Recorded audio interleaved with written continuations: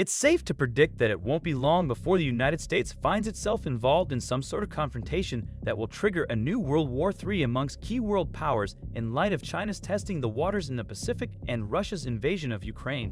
What strategy does America have in place to emerge victorious? To learn more, watch the thrilling new video from today. The world is on the verge of a full-scale nuclear war. President of the United States, Joe Biden, stated that the world is the closest it has been to a nuclear catastrophe in 60 years, which is why it is not surprising that many of us are concerned. This is his most candid assessment to date. We have not faced the prospect of Armageddon since Kennedy and the Cuban Missile Crisis, he said, and Putin and his officials have threatened nuclear weapons against the US and its allies in pursuit of its invasion of Ukraine. Even though the idea of nuclear war is grim and sad, it is only reasonable to be interested in its potential.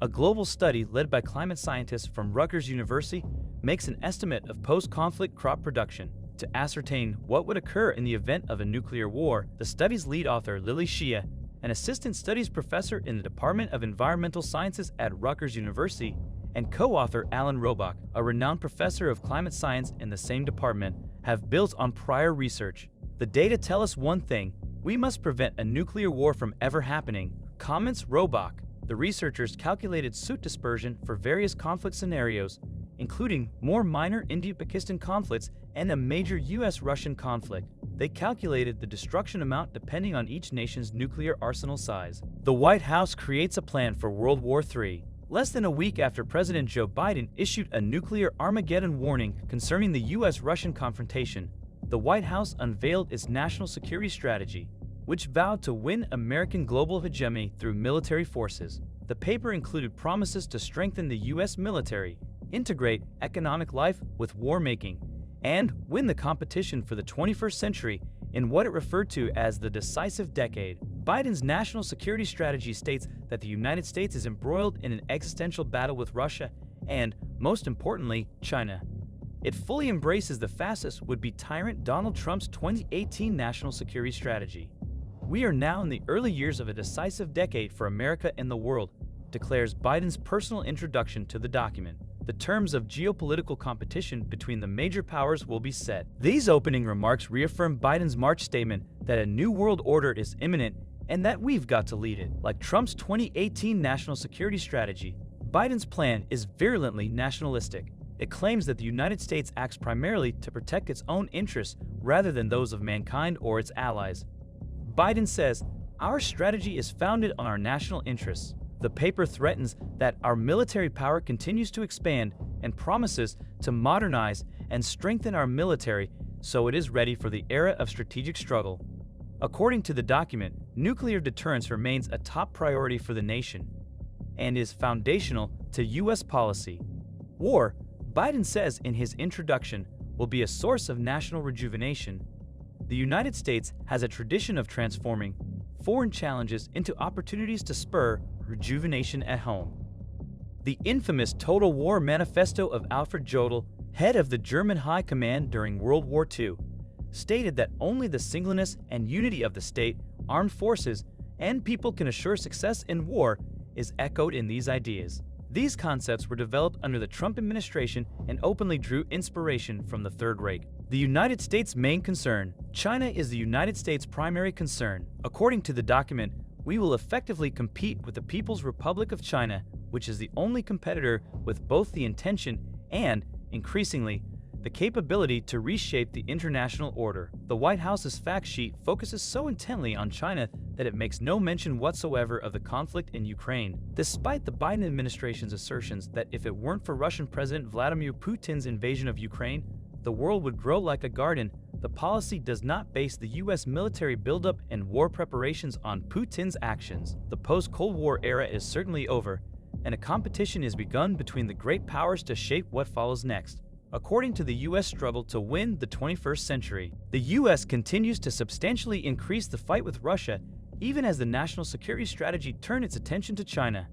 Defense Secretary Lloyd J. Austin made it plain that the U.S. has told its Ukrainian proxy forces to continue their onslaught through the winter while speaking at a U.S.-led Ukraine Defense Contact Group gathering. NATO Secretary General Jens Stoltenberg made it clear that the US and its allies will counter Russia's threats to use nuclear weapons in the battle with their own nuclear saber-rattling before this week's NATO summit. Stoltenberg intended to send nuclear-capable bombers on a training mission over southern Europe, saying, "Next week, NATO will hold its long-planned deterrence exercise, Steadfast Noon." The NATO training exercise threatens to further escalate the conflict at a time when Ukrainian President Volodymyr Zelensky has urged NATO to launch preemptive attacks against Russia, and Russia has threatened to use nuclear weapons in Ukraine. Stoltenberg declared, "Next week, NATO will hold its long-planned deterrence exercise, Steadfast Noon," outlining his desire to send nuclear-capable bombers to southern Europe for training. The NATO training exercise threatens to escalate the conflict further because Russian President Vladimir Putin has threatened to use nuclear weapons in Ukraine. Ukrainian President Volodymyr Zelensky has called on NATO to launch preemptive strikes against Russia. The U.S. defense budget. The U.S. Senate approved an $858 billion National Defense Authorization Act, NDAA, on Thursday, which was $45 billion more than the White House proposal, which was $45 billion more than the Pentagon's request. The budget represents an increase of 8% over the previous year and a 30% increase in military spending over the Pentagon's 2016 budget. The enormous increase in military spending coincides with a 3% natural income decline for the typical U.S. household over the previous 12 months. Most Americans needed to know that the item was up for discussion or a vote.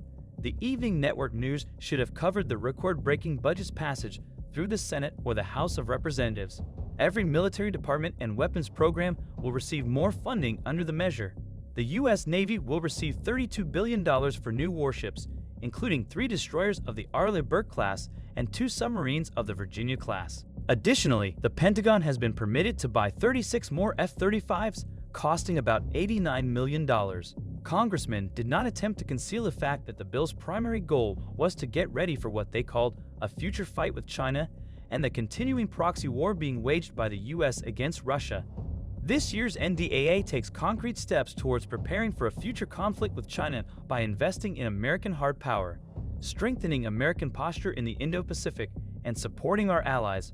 Wisconsin Republican Representative Mike Gallagher said, "By giving Taiwan its first direct military assistance of $10 billion, the NDAA will overturn Washington's long-standing One China policy. The law will also establish no-bid contracts, which are only ever utilized during times of war, and let defense companies charge the U.S. government whatever they want."